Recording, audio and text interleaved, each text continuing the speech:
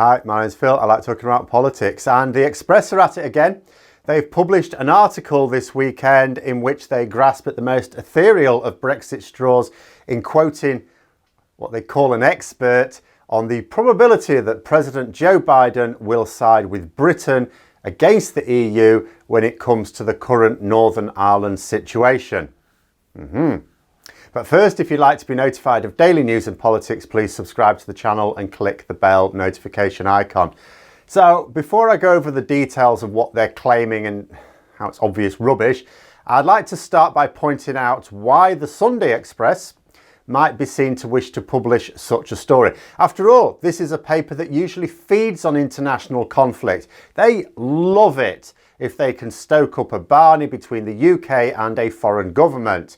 They are also no lover of Joe Biden politically. So why go to the trouble of saying that Biden will side with Britain when it's clear that he won't? Perhaps it's because that they know that this matters, and they know that we ultimately cannot afford to piss off the United States. But the Express want their hard Brexit. Remember, they don't quite have it yet. We have a very, very hard Brexit now, but there's a grander prize to play for because we could still end up with an actual no-deal Brexit because the Trade and Cooperation Agreement has not yet been ratified. And Boris Johnson, I don't believe he'll do it, but he is talking up the idea of simply abolishing the withdrawal agreement, which is the path to a complete no-deal Brexit. So what they may be doing is shoring up support in the Conservative Party by trying to tell them that Biden will ultimately oppose Boris Johnson's treaty-breaking antics. It's exactly the same tactic that was used for Brexit in general.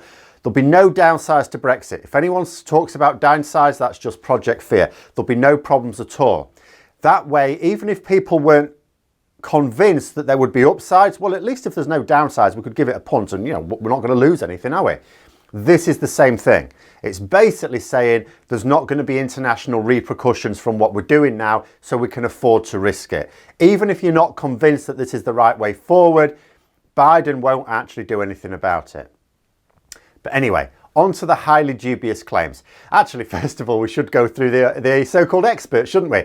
So they name him as John Longworth. Now, he is the head of a pro-Brexit, pro-Tory think tank called the, Centre of Brexit Policy. He's the same guy who is comfortable not only with the UK leaving the EU, but also the UK leaving itself. He's argued that Scotland leaving the Union, which basically means there'd be no UK left, is no big deal. Actually, it's fine. No problem at all. Because this is now the next challenge for these people in getting Britons to vote against their own interests. Persuade us to weaken ourselves still further by becoming even smaller and even less relevant on the world stage. But in terms of being an expert, I mean, he's a prominent business leader, or was, so he has expertise in that. He is an expert in something, but he has no background in Irish politics, American politics, or even British politics, other than a little dabbling with the Brexit Party recently. So the idea that he has any special wisdom concerning how Joe Biden would react to the Northern Ireland Protocol argument is a little bit unlikely, to say the least. Perhaps this is why the way it's all written up in the Express seems to be a little uncertain. Now, Longworth begins by saying he basically bases his entire premise on the fact that Joe Biden, as he says, has been cautious in his statements regarding the row. So he's trying to suggest, well, there's been this thing here and the president hasn't really been saying anything. That basically means that, he's going to be on our side. Oh, okay. So it's not actually based on conversations with people close to the president then, like the real experts do. But then if we look at these cautious statements, so when Biden was confirmed as president, a British journalist from the BBC asked the president-elect at the time to provide a comment for the BBC. He said, comment for the BBC, sir. The BBC, said Biden, I'm Irish. Off he went. Now, what was that telling you? Nothing cautious about that. And this was at a time when Boris Johnson was threatening to breach the Northern Ireland Protocol the first time round. Now, last month, a statement came from Biden's inner circle. I say last month. Was it last month? It might have been the month before now. Biden's inner circle that the president is in support of the Irish Sea border, which is the key element of the Northern Ireland Protocol.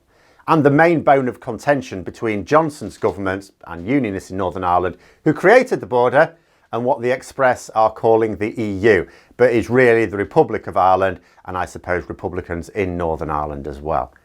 Because that's how this should really be phrased. You can say it's between Britain and the EU, no problem at all. Certainly the EU Commission is directly involved, but they are acting in the interests of the wider single market, of course, but Ireland specifically as the member most at risk. But the Express can't present it as Britain against Ireland and hope to have any credibility by saying that an Irish-American president would side with Britain in such an argument. Then we had Kamala Harris, Biden's vice president. She also emphasised publicly the government's commitment to supporting the Northern Ireland Protocol, including the Irish Sea border. Just because Biden himself hasn't gone on the telly to make such a statement is not caution. His vice president and senior officials have all made public statements that are unequivocal. Are we trying to suggest that they are undermining the president? In which case, why hasn't he made a statement? They're not undermining the president, they are representing the president's policies. Longworth also said that he's basing his assertion on the fact that it is the EU in the wrong and that Biden knows this. Now, I think I have two important things to say here. One, when it comes to right and wrong, high-stakes international diplomacy tends to be aligned on the notion of might makes right. Neither the EU, their individual member states, the United States, the United Kingdom, regularly take sides depending on who is in the right. Not if the one in the wrong is very powerful. This is why both the US and European powers, including us, continue to largely ignore aggressive moves from Putin's government, for example. The EU are more powerful than the UK, and especially in American politics. And especially in American politics, Ireland alone is way more powerful than the UK. The Irish lobby is extremely powerful in America. And even were the orange one still president, and I accept that he doesn't give a crap about Ireland, Congress would still have blocked any trade deal that didn't put Ireland first. Both Republicans and Democrats made this clear. There is no British lobby in America. It's not just that it's smaller and less powerful. It doesn't exist. We have no US-based representation at all. And the second important point, I feel, is that in actual fact, the EU are not actually in the wrong here.